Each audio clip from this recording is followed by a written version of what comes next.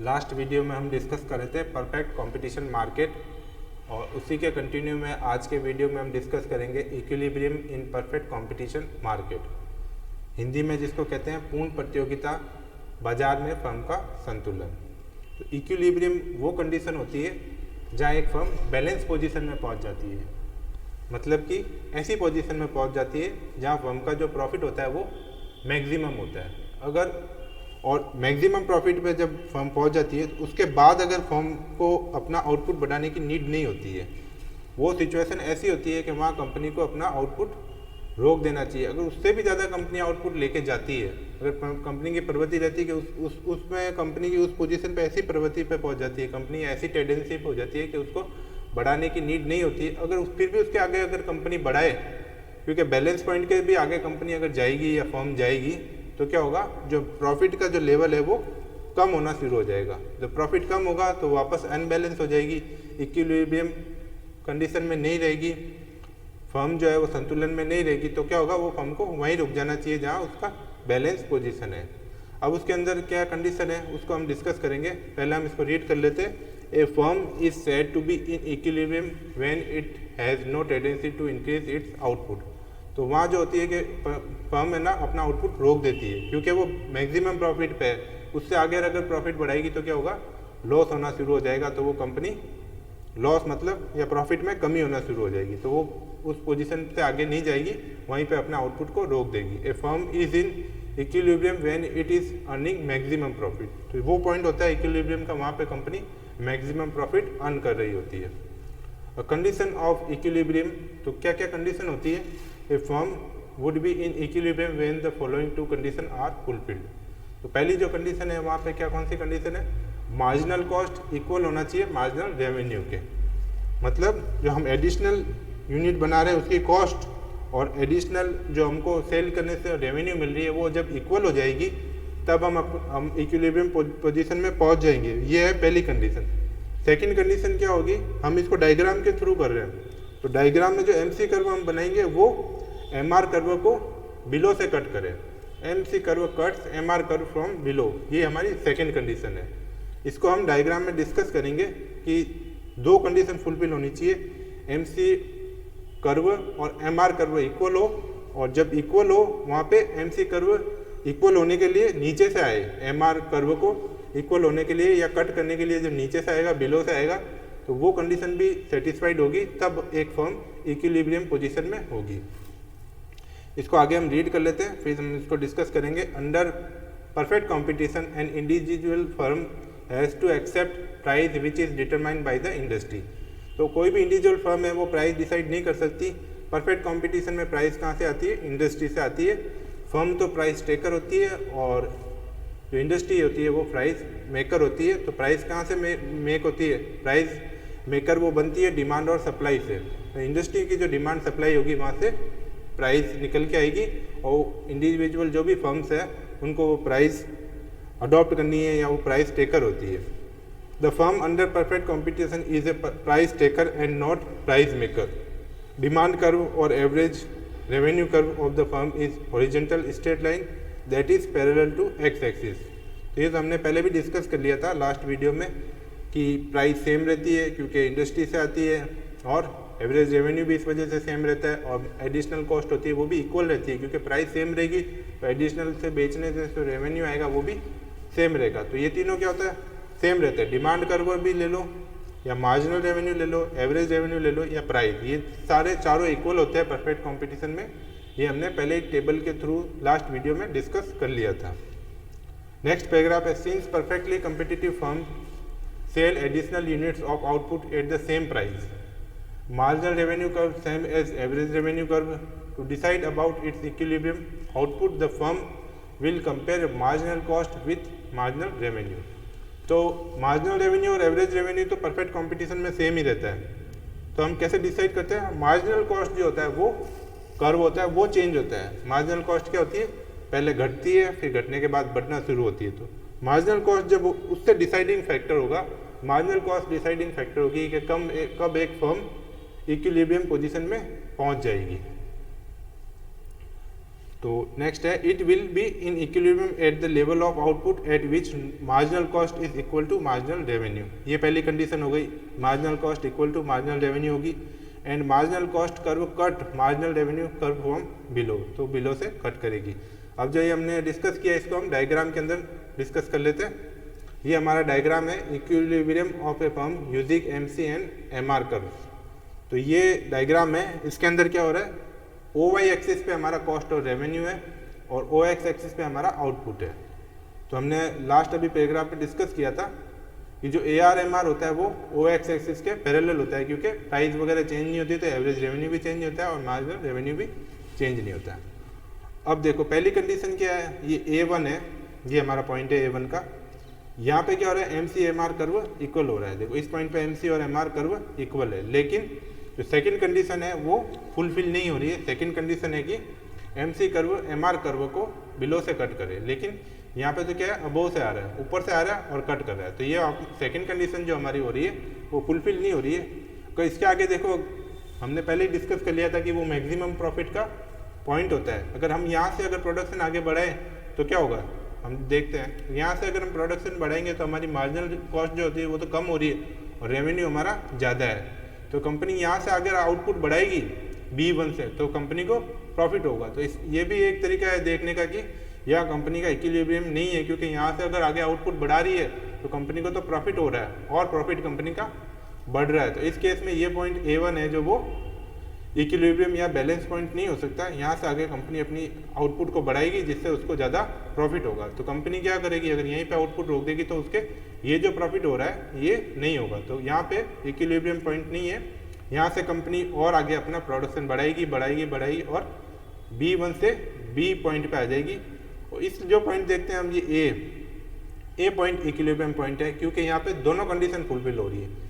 MC MR भी बराबर है और AR और MR कर्व को जो MC कर्व है वो बिलो से कट कर रहा है। ये देखो अब जो कर्व आ रहा है MC का वो बिलो से आ रहा है। अब इस पॉइंट से अगर कंपनी आगे प्रोडक्शन बढ़ाएगी तो जो भी एडिशनल यूनिट कंपनी सोल्ड करेगी उसकी जो कॉस्ट होगी वो मार्जिनल कॉस्ट, एडिशनल कॉस्ट वो ज़्यादा होगी कंपेयर टू मार्जिनल रेवेन्यू के। तो ये हो गया maximum point.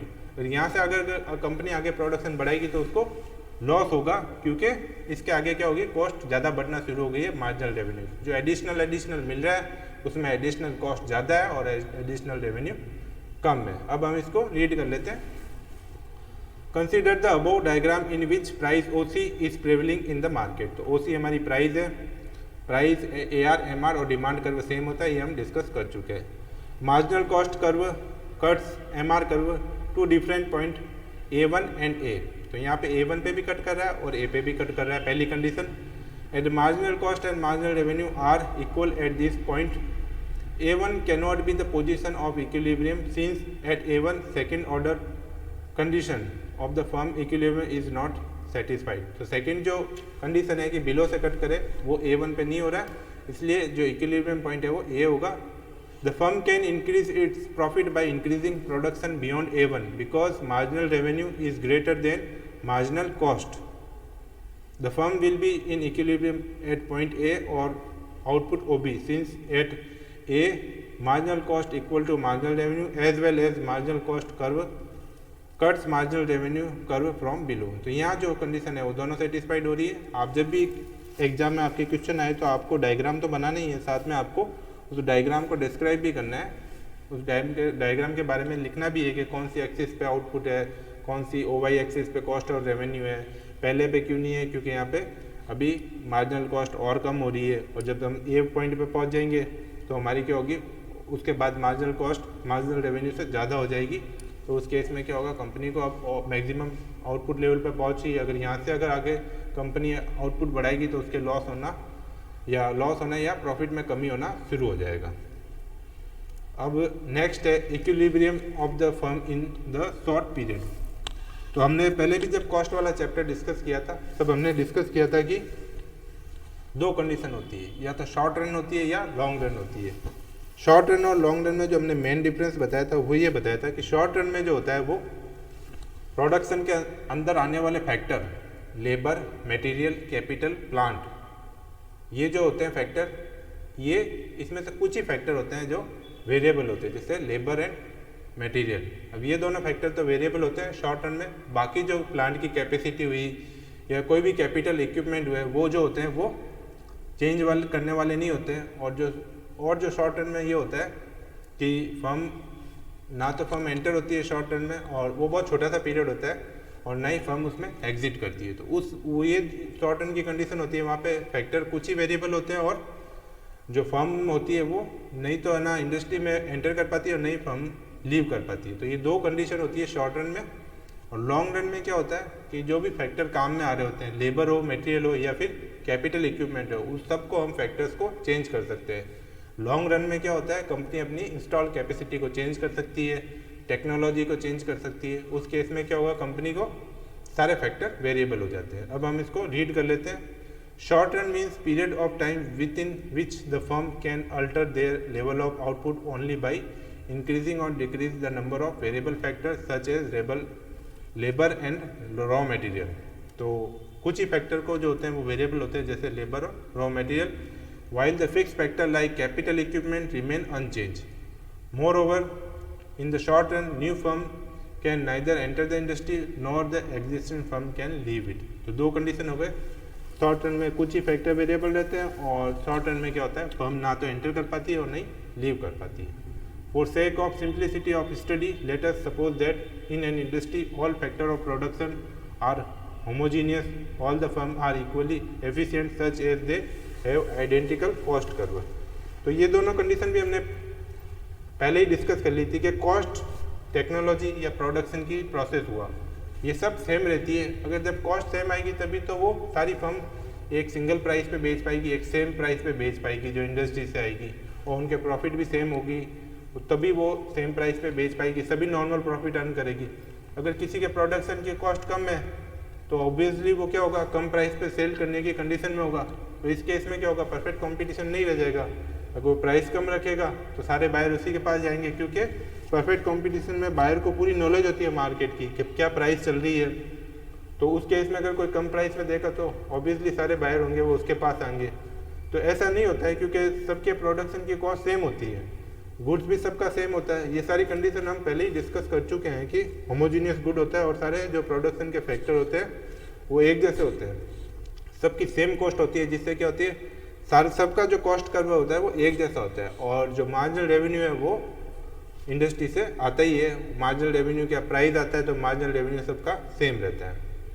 Under the circumstances each firm of a given industry in equilibrium में get either super normal profit, normal profit और सफर लॉसेस। तो शॉर्ट रन जो होता है उसमें ये तीनों कंडीशन हो सकती है। अब तीनों कंडीशन कैसे हो सकती है, शॉर्ट रन है, इंडस्ट्री सेटअप हो रही है और फर्म्स की जो नंबर ऑफ फर्म है वो कुछ कम है, जितनी डिमांड है उससे कम है। तो उस केस में क्या होगा कि फर्म कम होगी तो इंडस्ट्री में सप्लाई भी कम होगी, सप्लाई कम होगी तो प्राइस ज़्यादा हो जाएगी। डिमांड और सप्लाई का सीधा कॉन्सेप्ट है, अगर डिमांड से कम सप्लाई होगी तो प्राइस हाइक हो जाएगी, प्राइस ज़्यादा होगी। उस केस में क्या होगा, फर्म्स को सुपर नॉर्मल प्रॉफिट होगा, नॉर्मल प्रॉफिट से ऊपर प्रॉफिट होगा। उस केस में क्या होगा, कंपनी ज़्यादा अर्न करने, फर्म जो या कंपनी जो भी है एंटरप्राइजेज वो सुपर नॉर्मल प्रॉफिट अर्न करेगी, क्योंकि प्राइस ज़्यादा है, क्योंकि फर्म कम है। हो सकता है ऐसी कंडीशन हो कि जितनी डिमांड है उतनी सप्लाई हो। शॉर्ट रन में क्या होता है कि कंपनी नहीं तो आ नहीं सकती, फर्म वगैरह नया तो आ नहीं सकता, जो जितनी होगी उतनी होगी। तो तीनों कंडीशन हो सकती है, या तो हो सकता है कि फर्म कम हो तो सुपर नॉर्मल प्रॉफिट होगा, इक्वल होगा तो क्या होगा, नॉर्मल प्रॉफिट होगा, जो इंडस्ट्री रेट से जो प्रॉफिट मिल रहा है उतना होगा। और या फिर थर्ड कंडीशन हो जाएगी, लॉस भी हो सकते हैं, हो सकता है फर्म बहुत ज़्यादा आ जाए और इतना कंपटीशन हो जाए कि जितनी है ना डिमांड है उससे ज़्यादा सप्लाई हो जाए, तो इंडस्ट्री से जो डिमांड सप्लाई का इंटरसेक्ट होकर प्राइस आएगी वो कॉस्ट से नीचे भी आ सकती है। उस केस में क्या होगा, फर्म्स को लॉस भी सफ़र करना पड़ सकता है।